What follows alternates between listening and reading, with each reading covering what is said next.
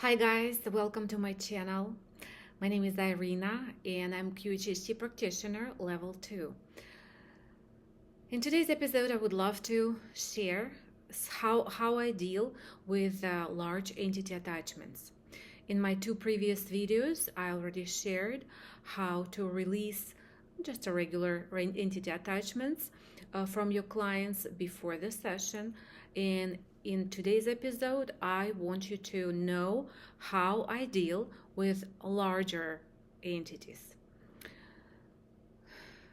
I've had a client who was basically suppressing his own emotions, suppressing everything that who he is. He denied everything that he wanted to do, and he turned into a very, the human who was not really enjoying life. That's how I want to say it. His story was that as a child, he was placed in a rabbi school. It's a Jewish school, and his family was Jewish. So he was sent to that school from the age of 8. Without being nourished by mom, without connection to his dad, he basically grew up over there until he became an adult. Of course, during his teenager age, he started to discover who he is, his body, his sexual organs, and stuff like that. So, and of course, he did, like many of the, children do. Anyway. So when he was in that school learning how to become a rabbi and become a leader of Jewish religion, become a teacher in that religion, he basically didn't go anywhere to the parties, didn't celebrate any holidays. He was just someone who was very religious, thinking that that was his mission because his parents told him to be that. Okay. Now, the story went when he already as an adult, over 30, and he comes to me and says, I have no idea what to do with my life because I am not feeling that I am myself. Now, that moment when he said that, and, I start discovering what he meant by that, it actually already told me that when the client tells you that they don't feel themselves, it already tells you that their consciousness actually blocked by something, okay, which is entity. Now, that client was very unique. I'm not saying that you will have such clients, but you might, guys. And I want you to be aware of that they hold entities that you won't be able to release right away unless you know how to do that, okay? With larger entities, I've learned I've learned the technique that works, but it requires a little bit more time. And it requires client to listen to you and follow the instructions. And I will share them with you right now. So what happened during the session, I start doing a normal routine, discovering what emotions and feelings a boy, as a boy, he experienced. And then over time, when he became a teenager, he, of course, wanted to have a sexual relationship and have a normal relationship with women, but he couldn't because he was a rabbi, okay? So he turned into porn. Obsessively was watching porn and masturbating multiple times a day. Now, you already know that sexual energy is very powerful, and those entities feed off of not only your emotions, feelings, just on a regular basis, like fear, anger, frustration, but also feeding off of sexual energy. That energy is way, way more powerful. And the entities are larger and also more powerful. Now, when I was releasing that entity, the client was in a chair that I do my sessions. He was literally, guys, like a worm on the pan, like frying, like he was wiggling. His body was like jumping around and wiggling his, the whole body. So it wasn't pleasant show. I want to say it wasn't pleasant to work with such entity, but the client wanted to release it. And I was asking him, okay, let's do that together. I'm going to guide you and we're going to do that. The thing is, when client is not aware that there is an entity attachment, they're going to freak out because they will be uncontrollably shaking or perhaps even screaming, okay? And they will sweat, they will have their body movements, which they won't be able to control because that entity takes over. So now you might think like, okay, there is a, somebody told me like, so this is like an exorcism. Pretty much, not gonna lie, it's like pretty much like exorcism. But the difference is that in the movie Exorcism, it was, casting that entity out with some sort of prayer and cross and everything else. It doesn't work like that. It just doesn't. Every single time you express fear, you will actually make that entity much more powerful. So you have to, guys, remember to be in such a state. It is unconditional love. I want you to really think about how can you be in such a state. What helps me? I am actually switching my consciousness, and not consciousness, but just thinking about my client that he is a God, okay, who has to be in this position right now, and he came to me for help. And I am such a being that I really love for what it is, okay? I really see everywhere love in how it expresses itself, and that human being just needs help because he forgot who he is. So I am becoming a very powerful source of love, and I'm expressing my love to that entity because they cannot sustain in a loving vibration, okay, in such a high frequency. They cannot. They have to leave. But if you will express fear, they can feed off of your energy too. So you have to be ready. I'm not saying I was ready, to see that, but for some reason, intuitively, I just knew that we are one. It doesn't matter, is it, it is an entity or it's a human being. We are one. But we just on different frequencies. And when you raise your frequency much higher than that entity, it cannot sustain within your field. Okay? So, now, when the entity has been released, and I know how, the clients start feeling, like I expressed to you, that they will just vomit or burp or cough and sneeze.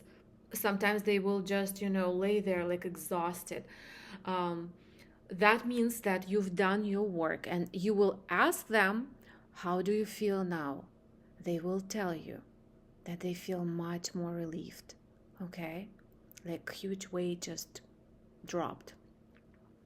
Now, after the entity left, it is very important, guys, for you to affirm and say, I seal the field of my client. I call his name, okay? And I seal it for all his family members, all his loved ones, for everyone who is in his circle, including animals. The reason why I want you to pay attention that you seal the field and you're not allowing that entity to come back or send someone, to feed off of his energy, because they will try to come back, especially if the client was very much addicted. Like my client was addicted to porn, and he couldn't really be without it. Now, very important thing I want to mention, that it also requires the client to be without temptation for 21 days. That temptation, also, no, I'm sorry, not temptation, that rule also applicable not only to sexual addiction, but also to drug addiction, alcohol especially. So those entities are much more powerful, that are feeding off of those energies when client is unconscious. Okay, so 21 days not using alcohol, drugs, or be involved sexually. Even masturbating is considered to be involved sexually. And also no meat. The reason why, guys, no meat, I will explain to you in the next video. The difference between eating plant-based food and meat. Just watch my next video. It's very short, but it explains you why we're not supposed to have meat. Okay, so after the client left, and he's telling you like, yes, I'm gonna be 21 days not doing this, trust me, they will call you back or text you back, because that entity will try to come back, will try to force them to have again that sexual interaction, so they can feed off of that energy. Very, very important to check on your client. I want to say every other day, but if you can check at least every 2 days or 3 days on your client, at least first 10 days. It is, guys, very important to check and see if he is following what you told him to follow. And you will sense if they are lying, okay?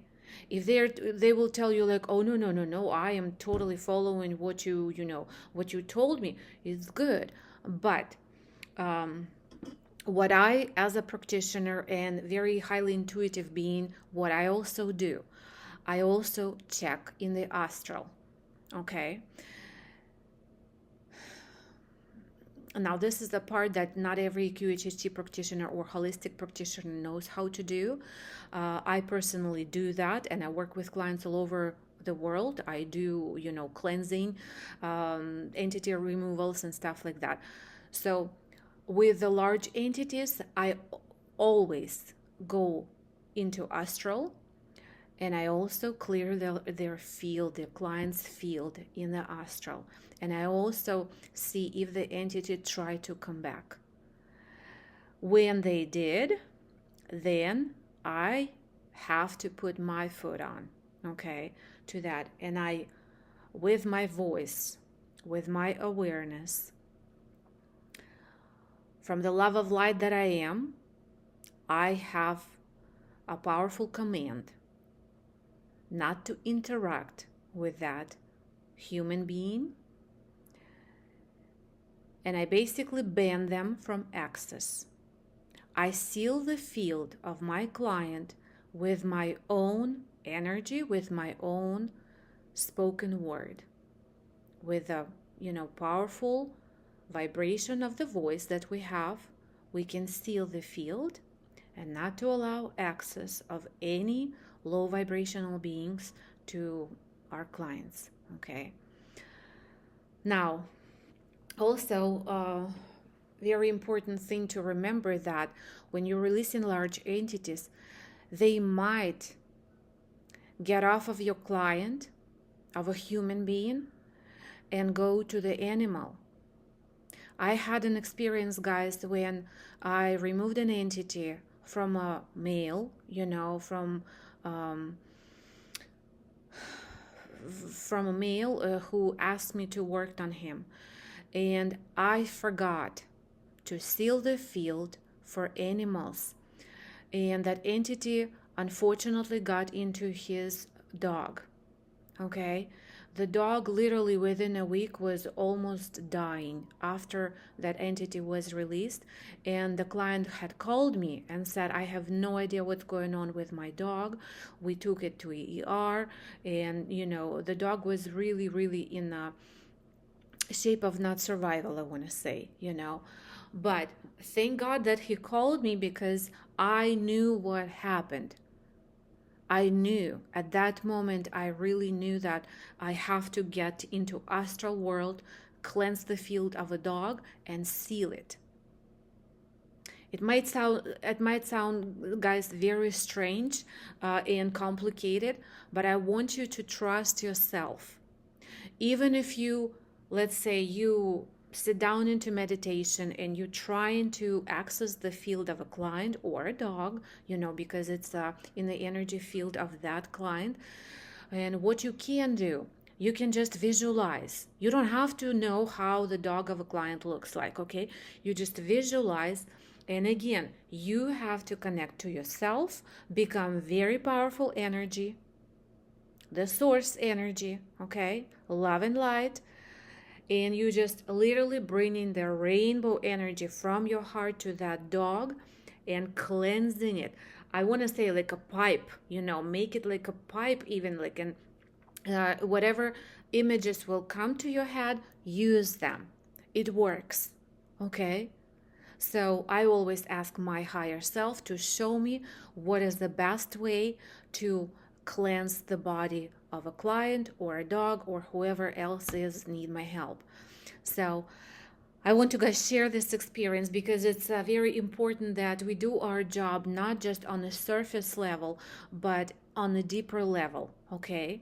So if you signed up for this work doing QHHT or any other practice which requires your energetic state of beingness in a high vibration, you have to be, first of all, authentic. You have to trust yourself, and you have to trust that highest of the highest sources, that it is there. It is going to help you and help your clients. There is nothing more powerful than your beautiful shining light. So I want you to use that technique, guys. And if you have any questions, please feel free to comment below this video, shoot me messages. I am here to help you, to guide you as much as I can. And whatever weird questions or, perhaps some questions, not related to this topic you have, please comment below and I will make a next video. Okay? Thank you so much for watching. Have a wonderful week. Bye-bye now.